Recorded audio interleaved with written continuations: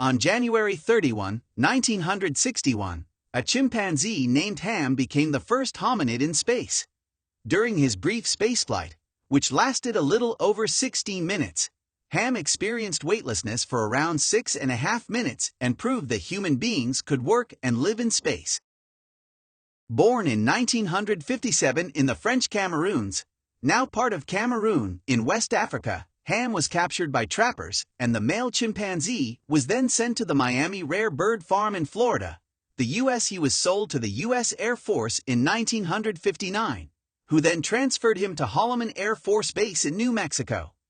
Ham, after Holloman Aerospace Medical Center, who was merely number 65 at that time, was one among 40 chimpanzees chosen for the space program that was to serve as the springboard for human spaceflight.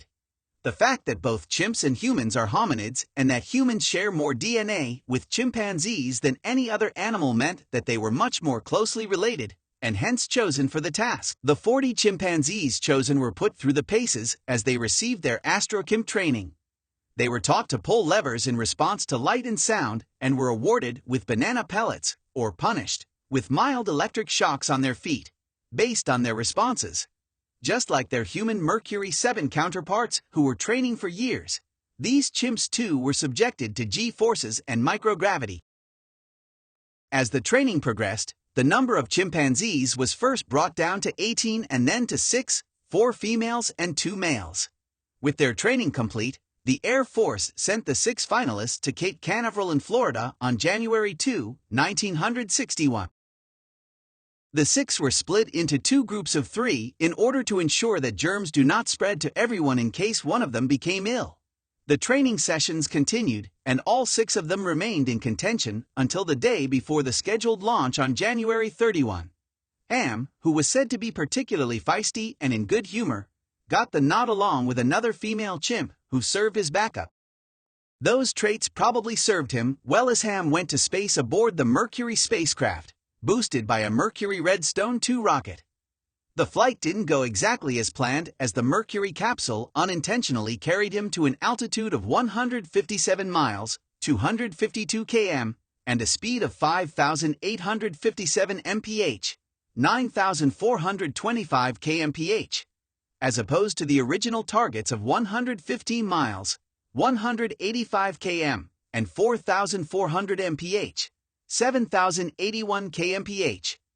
Ham experienced weightlessness for 6.6 minutes during his 16.5-minute flight.